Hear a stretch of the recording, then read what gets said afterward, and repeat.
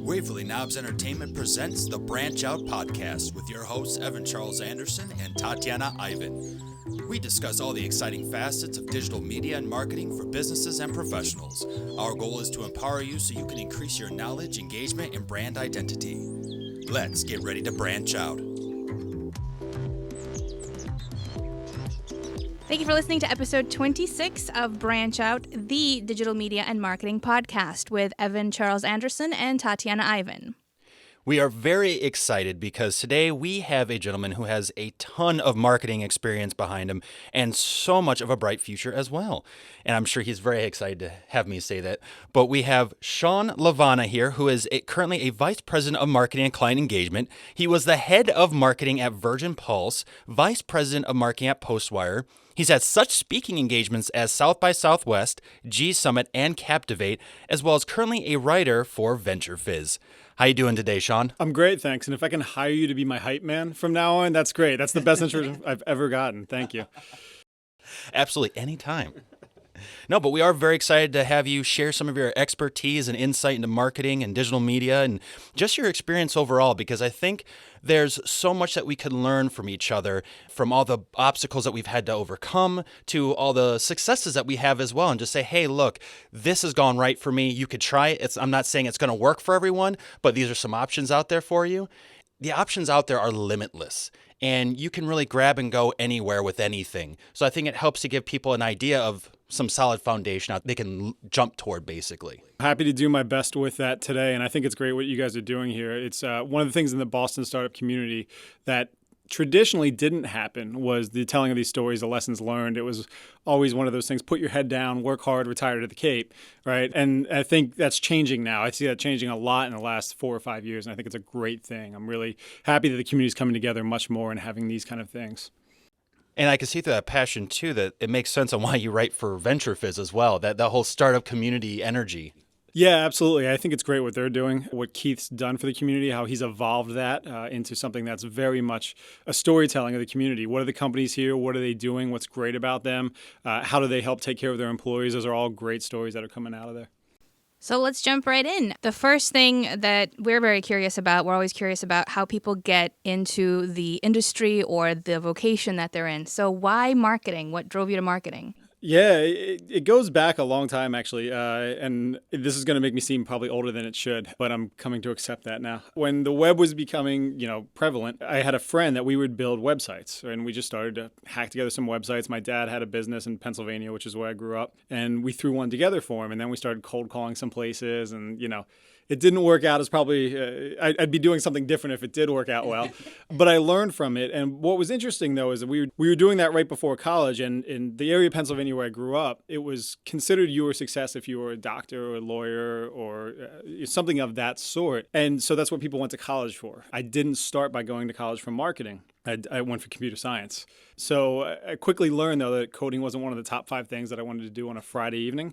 No offense to computer science people out there. It wasn't my cup of tea. It wasn't what I was good at. And so as I looked, what do I like? What do I like to do? And I started to look at business. And the trick was convincing my parents that I could major in business and still make a living at it, which even though my dad was an entrepreneur, didn't seem to believe in. So I switched to finance, and I majored in finance, got my degree in that.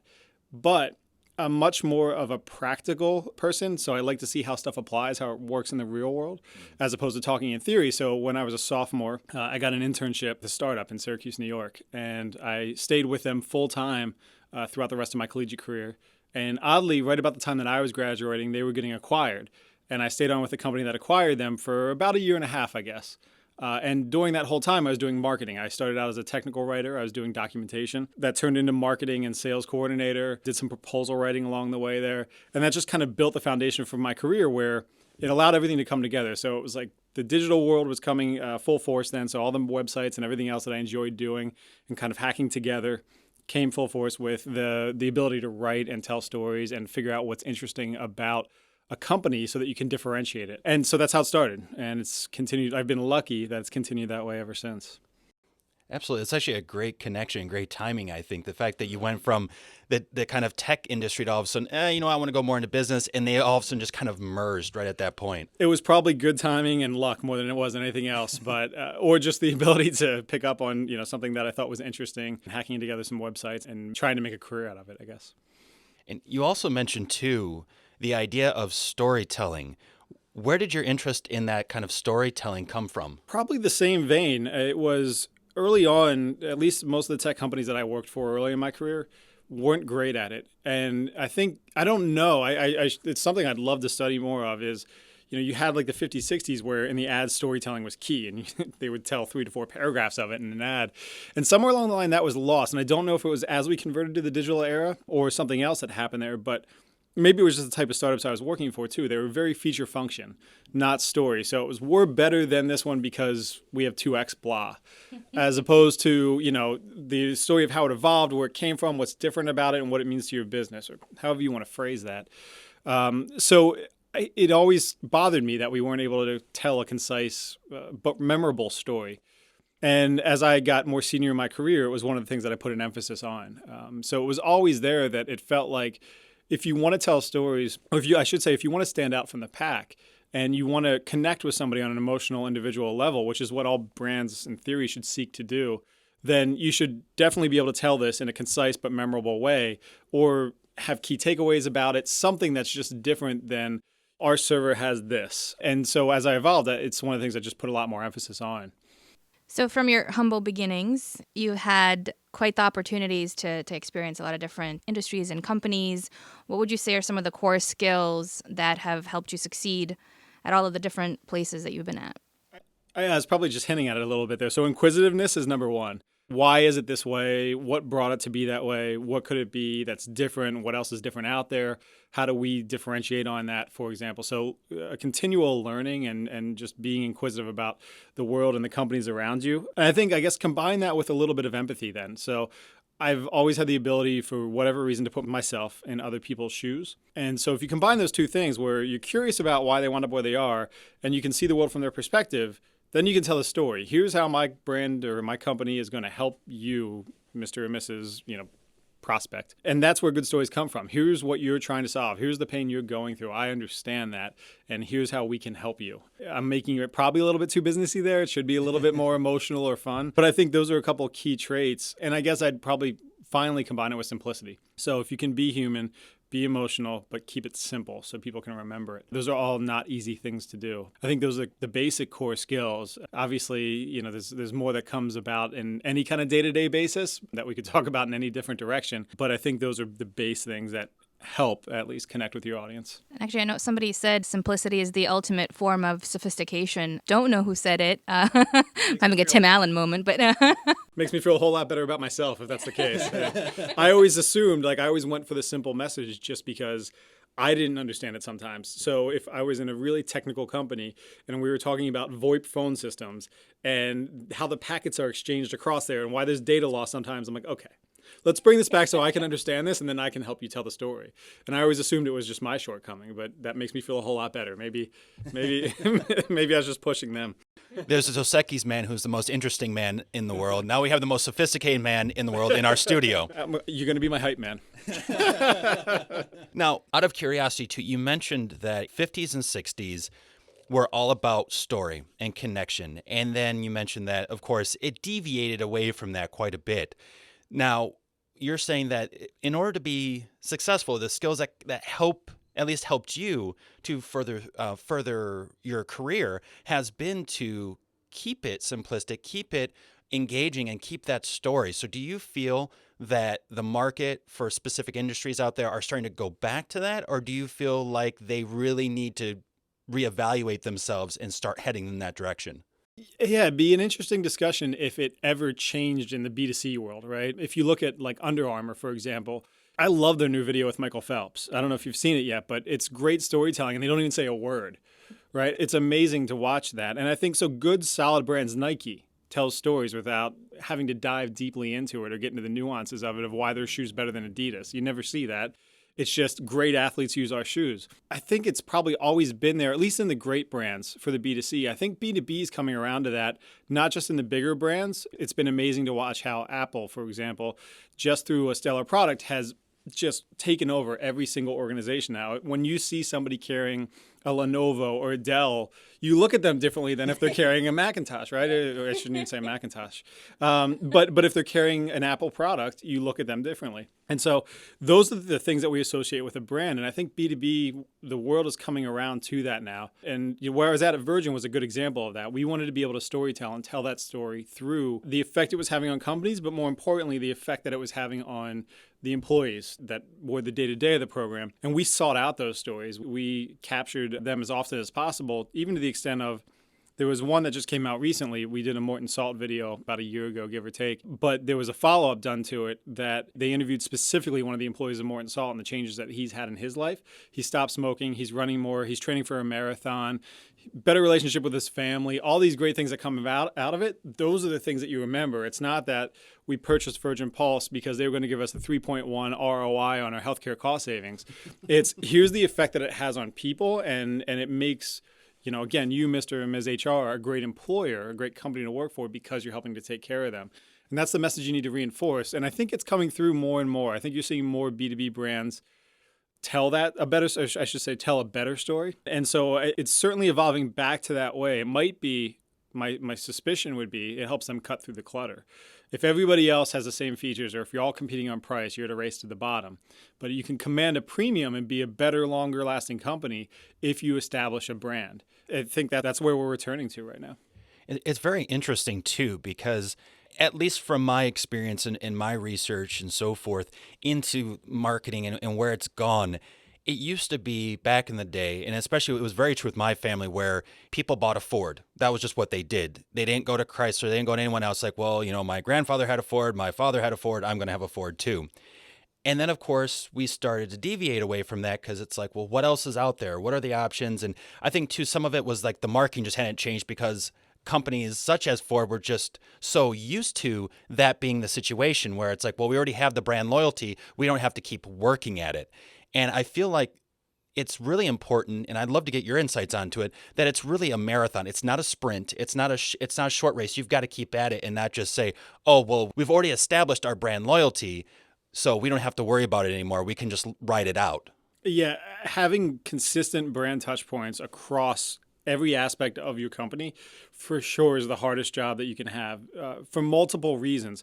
To the point that you're saying, if you get complacent in it, then all of a sudden something's going to erode, whether it's in customer interaction with a client or a prospect, or somebody not pitching it with the right value prop, or, we all hear about the cases that happen where a company doesn't live up to even the basic values or standards that it has.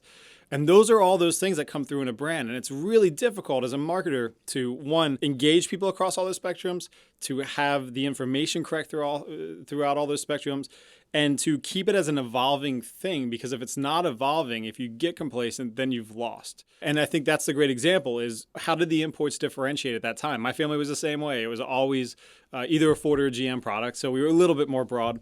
But the second that we had two head gasket issues with the Ford, my parents started to look at different types of cars, and all of a sudden they bought an Acura because that was well known for lasting, 100,000 miles with little to no maintenance, and that was the difference at that point. And that's how they branded themselves, marketed themselves, and you even see that now in the higher end car companies that, BMW, Volvo, Mercedes, they'll take care of your car for up to a certain amount of miles where they just take care of it for you because it's better for their brand. It helps you continue to come back to them. But if anything goes wrong, then they know they're on top of it as opposed to some kind of fight with a customer service rep. So I think you're seeing that happen, but it is for sure one of the most difficult challenges is making it a living thing. Your brand's a living thing. And if you get complacent with it, it's going to die if you keep it evolving. But at the same time, keep everybody in your company informed about what it means, how to speak about it, where you're moving to, what's different, and tell the story, then you're probably going to be a great marketer, but it's not easy to do.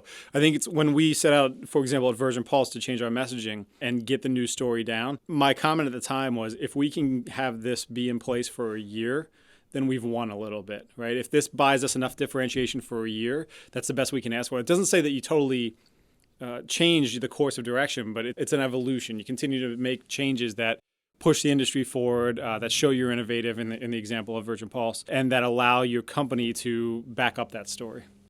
And I think this is perfect for what we're going into on our next question here. I mean, we mentioned the fact of companies either not being human enough or showing that humanistic side enough, to also not having enough touch points and just getting into complacency really with their marketing and their branding to build up that brand loyalty and keep it. And then also you mentioned too about the communication aspect of letting everyone in the company know where you're going, where's your marketing, what's your messaging, making sure everyone's speaking the same language, because that will project out to your ideal clients. So with those mentioned though, outside of those facets, what do you feel are common mistakes that companies commit within their marketing strategies? And why do you feel these are common mistakes in the first place? Yeah, I mean, I think one of the things I hit on that I saw a lot still today, but personally witnessed a lot early in my career, is that an overcomplicated message where they try to get too much out there and be too, whatever word you want to use, technical or nuanced about it, as opposed to simplifying it and differentiating based on that. I think that's really common, and I think it happens a lot because it's an easy trap to fall into. You get in the echo effect of your own office and what everybody around you says. And if you don't hear what your clients or prospects are saying, or even what your industry is moving towards, or how it's evolving, if you don't take all that into account, it's very, very easy to fall prey to that and just say, well, we're different because this. And 3 of your other competitors already have that, and it's not a big deal anyway, and it's not what your prospect's searching for. I think that's where empathy and the inquisitiveness comes into play, where build a good network of prospects, clients, people in the industry, and sometimes maybe even not, that you can go out to and ping them and say, does this make sense to you? Is this one of the things that you confront? If I would pitch this to you this way, is that something that would be of interest? To help you tailor that messaging and just get outside your own echo effect in your office. I think that's really important, especially because we were talking about this actually with Dan Shore in episode 25, who's the owner of Evolving SEO. And he was mentioning that you really need to know what your ideal client is searching for out there. And you can't just rely on your own knowledge and say, well, this term or this word makes sense to me, and that's how I would search for this, or using this long tail key phrase. That's not always the case. And I know I've done that too. I've definitely put myself as the victim of that as well, where I've tried going in and searching, going, well, of course, they're probably looking for this or looking for our company under that. And it's like, no, that's not even anything remotely close to their experience or to their knowledge base. They're looking up something completely different. And to go back to what you said earlier, Shawn, finding out what the pain points are of your prospective clients. For example, I know in the video industry, we see a lot of companies touting that they do HD video, and it's like, right, my phone does HD video, like that's not a thing. What are you actually solving for your clients? It's not the fact that they need equipment that does HD video. Yeah, I think that's key. I guess there's 2 points that I would raise there are, one, you understand the industry way better than almost any buyer ever will. And so, it's easy to fall victim to, we have these HD video components and it shoots in 1080 whatever and 1080p, right? I don't know. See, I don't understand it. I understand the base minimum, but I'd hope that you'd shoot in HD for any videos. And I think that's it's a common trap, because if you're not viewing it through to the point that you just made, pain points that they're searching for, right? It's not that they need a high-def video. It's that they need a client testimonial tomorrow in a different city than they're in. And how can you accomplish that? Or, so is it like rapid client testimonial videos, right? Or even if they're looking for client testimonials, just rapid videos somewhere. How are they thinking about it at that time to solve the problem or look to solve the problem that they have? And then secondly, they're humans. That's the one thing that's always pushed in marketing, is people are human. Imagine that. But we should communicate in a way that they would want to be communicated with. So yeah, all the stats around an HD camera might not make sense to me. It'll probably make sense to you. I hope you buy a good one. But if you're coming to do a video for me, bring a great camera that's going to capture the story in real time that I need to capture quickly, right? I mean, that's what people are going to search for, and that's what they're going to look for you to communicate to them with. Terms that they're using in their own language, and be human about it. Just be simple, be approachable, be real. Don't make it seem like a corporate veil is up, so you have to talk in formal terms. And out of curiosity too, because I know people will say, oh, well, just do the marketing research, and you can go to a third-party company and they'll give you this information by interviewing ideal candidates. But for you, what do you find works well for understanding the language of your customer, to understand what they're actually looking for? Talk with them. I mean, it's an interesting question, because talking with them definitely gives you a feel for where they're at and what problems they're currently trying to solve. The real difficulty in any startup or any software environment is what to anticipate that's next. And so that's where you need to start to figure out the signal from the noise. Who are the real thought leaders within that industry that can help you define where you're heading and why that's important to them? And it's up to you then to filter through, is that important to a whole lot more of prospects or clients that helps them solve a real problem? But again, it goes back to talking to them. So if you can figure out who those people are, test that idea out with a whole bunch of others. And hey, if this works for you, yeah, would you be willing to pay for it? How much? And start to sort it out that way. I think certainly there's marketing research firms that can, if you need a broad array of people that way, that can help. And I've certainly used them for surveys and figuring out buyers' journeys, for example. But there's always a component in any research I do of one-to-one. So if you start to do a broad sample size that way, then verify it or validate it with one-to-one interviews and see if that makes sense. And it's nice because one-to-one interviews gives you the opportunity to ask more in-depth questions and follow up with a certain topic or something. You might discover something that, your survey of choose a button here doesn't allow you to do. Yeah, absolutely. It allows for you to follow those paths down, whatever rabbit hole you want. That might give you the information you really need to advance your messaging, your products, whatever it is that you're looking to solve there. So talking about marketing strategies, in 2014, you spoke at G Summit with a great talk about, quote, how wearable fitness tech is changing employee health and wellness. And in that talk, you used some of the stats from the book Your Brain at Work by David Rock. And those stats mentioned that people switch activities every 3 minutes. We're basically distracted every 11 minutes.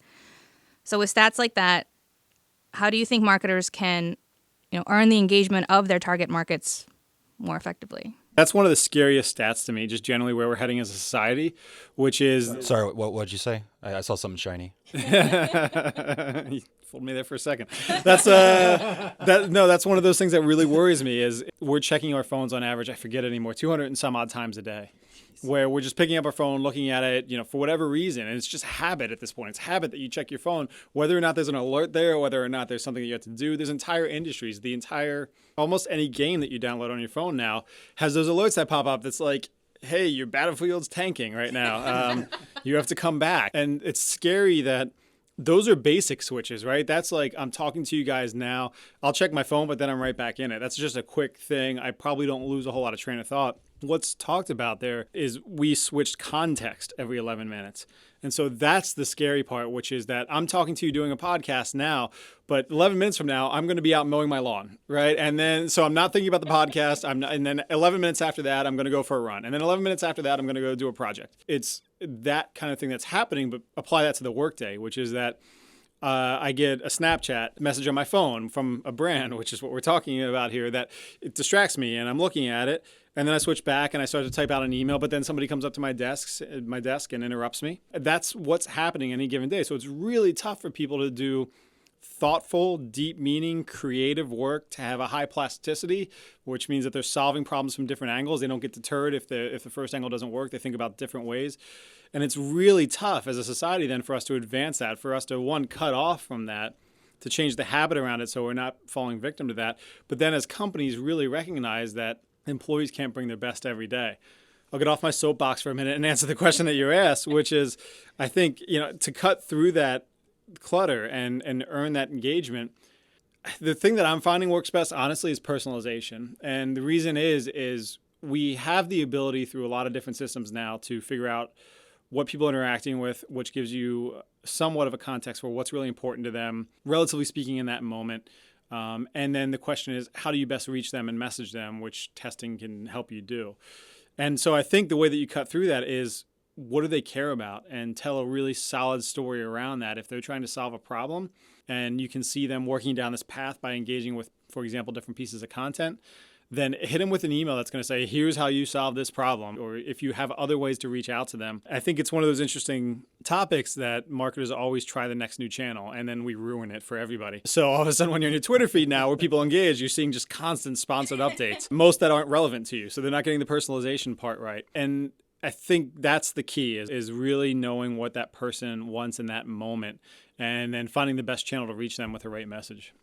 Now, also, I liked what you brought up originally, talking about employees, too. With you, too, being the leader of a marketing team and having been, a leader of a marketing team in the past too, how do you deal with that from a kind of coworker situation where you're working on these teams and they're easily getting distracted, and especially because they're in the marketing team, so they know about all the distractions, and so they're more, I feel like, accessible to those distractions. How do you work with that? Yeah, I would encourage my team often when it's those situations to work wherever they feel is best. So it isn't uncommon.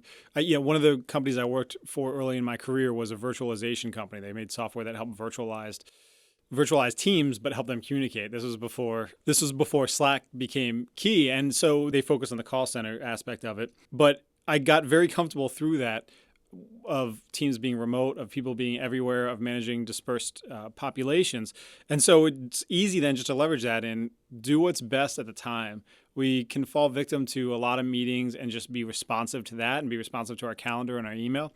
But especially in the world of marketing, if you're creating a piece of content that you're going to have to focus on, and you're going to have to focus on, and there's a deadline and it has to be a thoughtful piece, go wherever's best. Kaite, Rosa, who was on this show before, was famous for, she'd come into the office and close herself in a room, but listen to coffee house noise. It would just be coffee house noise that she would have in her headphones, because she could go to one, she could feel free to work from one, but that was what helped her focus. So she would listen to coffee house chatter as an MP3 or however she had it, and that helped her focus. And so I think that's the key, is knowing when it's almost constantly this back and forth effect where you have to be present in the office, and you might have to know that Monday, Wednesday, Friday, I'm going to be victim to my calendar and I'm going to be distracted. And I'm going to have a ton of meetings.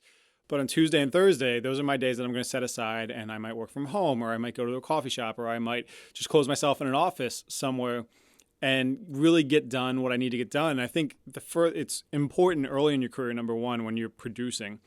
It's easy to not think strategically about where an industry is evolving, or where your marketing strategy is going, or what you want to do next, and just fall into the trap of, well, let's just continue to optimize what we have. If you're not looking at those next channels and being thoughtful about it and looking at where your marketing and your company needs to go, then it's not going to be a huge recipe for long-term success, which is one of the things we talked about earlier. And so I think you need that time, or at least just the way I need that time to disconnect and not be responsive to everything, and really focus on whatever is the main problem at the time. I think Bill Gates is famous for doing that. He goes off for a week every year to an island where he cannot be reached and there's no cell service. And that's how he would think of where Microsoft is, where they need to go next, what problems they're encountering, and really think deeply and thoughtfully about a topic, which I think more of us, one, should probably be afforded the ability to do, but two, then should allow ourselves to do it.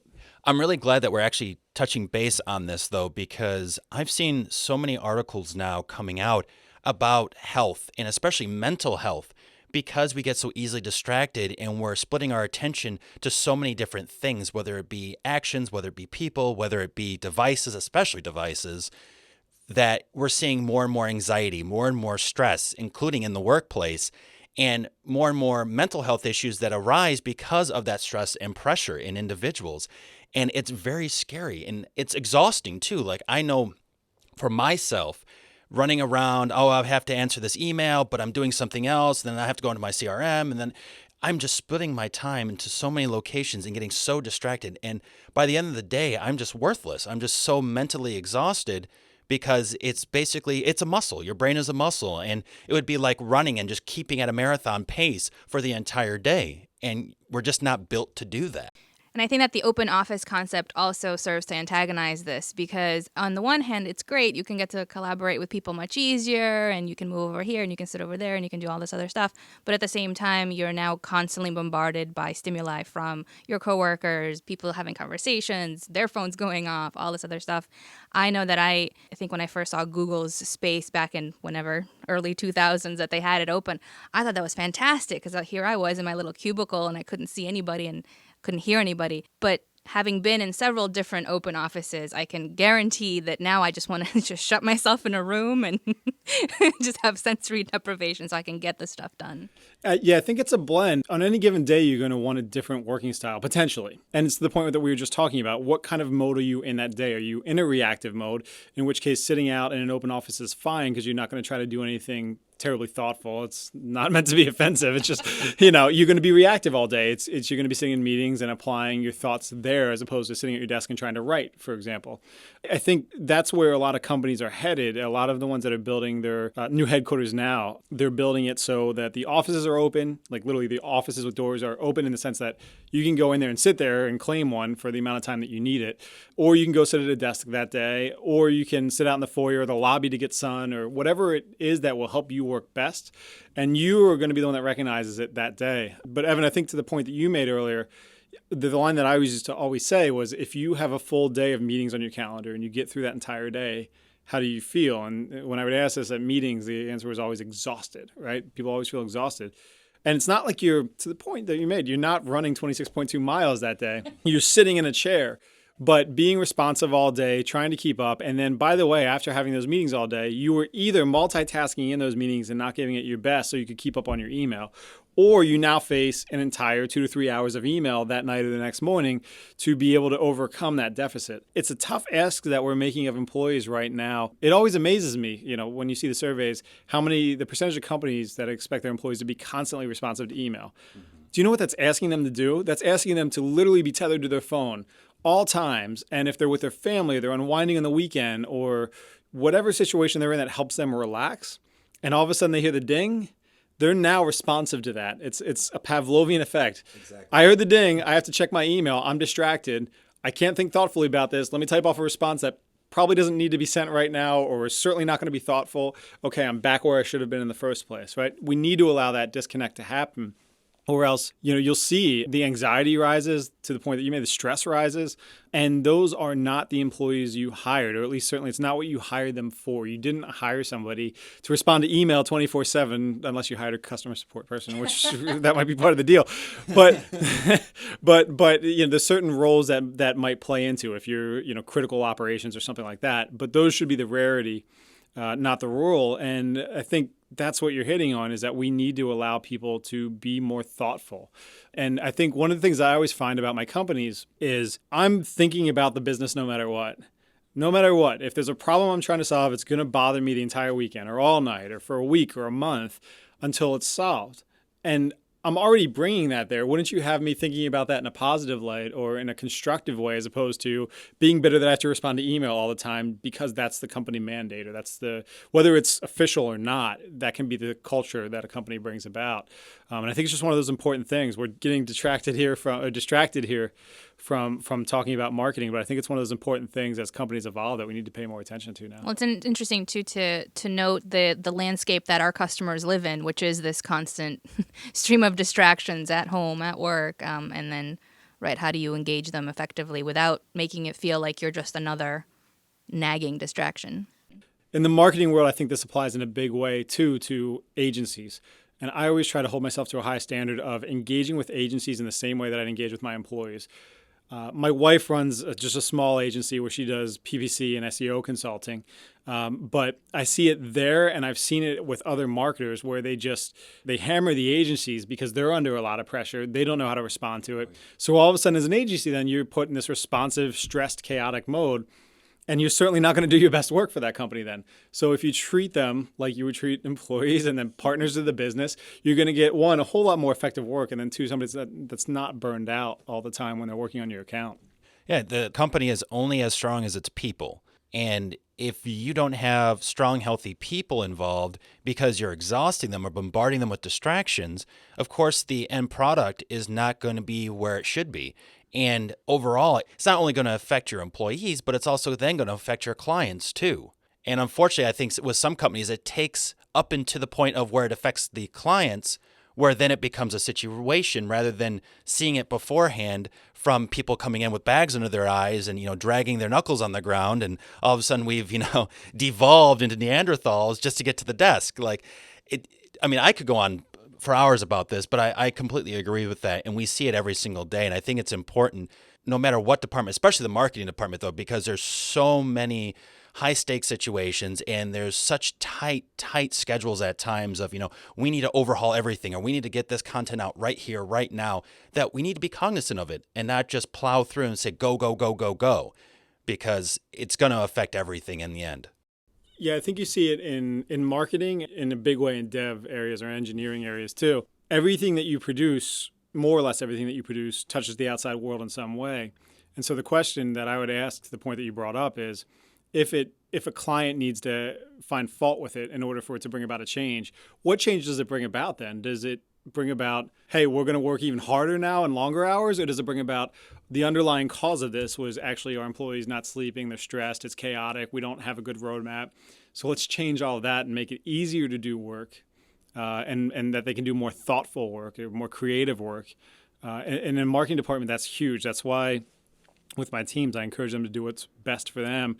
And that can be a flexible schedule too. I mean, as long as the output is where you'd want it to be in terms of probably not quantity necessarily, but that might be one of the measurements, but certainly quality, and the company's achieving, the department and the company achieving its goals, then the employees should have that freedom to work when and where is best for them. In my mind, there are certainly times where you need to have the overlap in an office or in some form that you can keep everybody up to speed.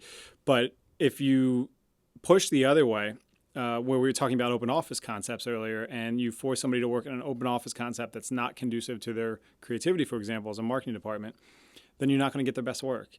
And you're going to wind up hiring multiple people to do that or outsourcing it. Or, we have all these workarounds for just helping people work better.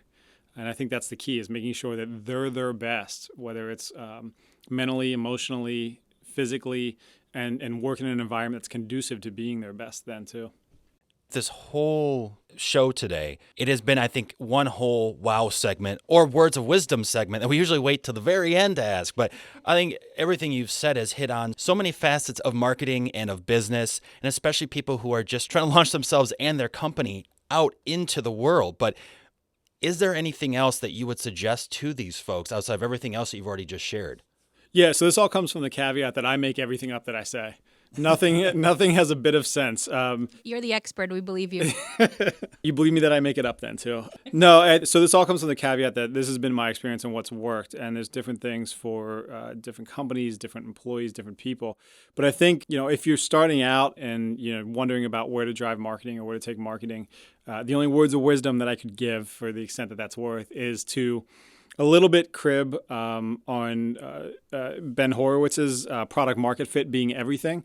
I was in an early stage company, Postwire, where my main task when I was first brought on was they were getting signals from at least 5 different areas that their product could be applicable to, and very different areas and markets and messages. And we needed to figure that out quickly. And I think that's one of the first things that you need to do as an evolving company is figure out where your product best fits, who it's solving problems for, and then figuring out what messages work for that. But I think one of the other key things that comes up more often now in a positive way that didn't used to is focus on the user experience.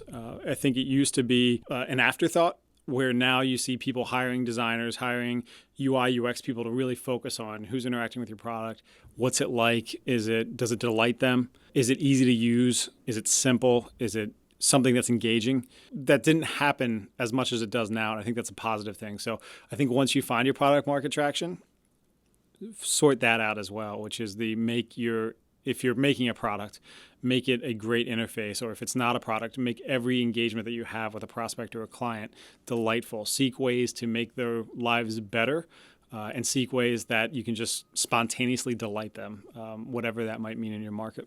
Be an Apple, not a Lenovo. Is that...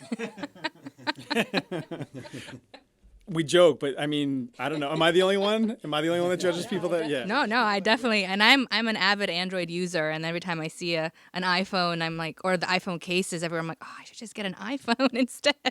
Likewise, but it's funny how it translates to laptops or tablets. We're not PC shaming, folks. We're definitely not doing that. Don't hashtag PC shame us. Please don't do that. I love my PC editing station. Is that going to be the controversy that comes away from this one? We're PC shaming? Out of all the things that you've said today, they were PC shaming. I don't know if I want to listen to this anymore. Well, with that, then, I won't mention that Intel is actually giving up on PCs and computers, and they're going more into mobile and other technology forms like drones and things like that. But yeah. Well, actually, IBM. This was back when I was in my home country of Romania. To do a whole wrap up of everything that we've talked about, going back to brand engagement, I remember a commercial that I saw from IBM where they had the Blue Man Group, and I don't know if either of you have seen this commercial, but they had the Blue Man Group draw out the lines of the IBM in blue. And at the time, I had no idea about anything. I didn't know about the company. I didn't know about Blue Man Group. I knew about America, but I just remember watching it, and I remember so vividly even now that when I came here and I realized what IBM was, it was just very interesting because I'm like, I made all those connections. And even back then, brand storytelling and... There's a way, too, that you can, to wrap it up here again, but to use that as an example, there's a way that you can see the difference here where Apple, their products cost more because it actually costs them more to assemble, to design. They don't use basic parts that you can get anywhere. They have everything made for them, more or less. And so they can charge a premium because their brand is that much stronger right now. To the point we were just talking about, you might make silent judgments about people with an Acer computer right now. No PC shaming. Hashtag no PC shaming. But if you carry a Mac or if you carry an Apple into a meeting, it makes you seem, for whatever reason right now, with the way that the brand is, much more innovative. And with the emphasis that Apple puts on it, it allows that to transcend into their pricing too. And when you look at how others combine everything together, that's why they still have slightly thicker laptops at times, is because they use generic parts. They keep the price low. There's a market for that for sure. But in a market that was racing towards commoditization, Apple stood out and said, we're not going to do that. And now they're setting the market. So it's an interesting play in terms of marketing, brand, and product that kind of all intertwines there. And I think it's a good one to look at for the evolution of all that. IBM, certainly if you remember during Dell's heyday, they had the doo-doo getting a Dell guy, right? And that was a cool thing. And everybody wanted a Dell because, again, it was personalized. That was their key thing. You can build it custom for you, and it's great for students and young adults. That was their pitch until stuff happened with his career. And then they started to do the Mac versus the Apple versus PC guy. And it's been an interesting evolution, probably not dissimilar from the car talk we were having earlier, but it's very similar that way. Yeah, it's interesting how things kind of recycle and renew, but in different industries. And we see it constantly coming back, like maybe disco one of these days. But either way, on that note of disco, thank you so much, Shawn, for being on the show today. We really appreciate your time and your energy, as well as just your knowledge and being able to talk to our listeners more about marketing and any insights that you could give to them today. Yeah, thank you guys. It's been a pleasure to be here. This has been a fun conversation. And if there's anything here that's helped somebody, well, then we've accomplished our goal for the day. Well, on that note, folks, if you've loved the content, please make sure to subscribe, like, and share. Send it out to your network and let them be able to benefit just as you have today from Shawn's advice. Until next time, though, I am Evan Charles Anderson with Tatiana Ivan. We will see you next Sunday.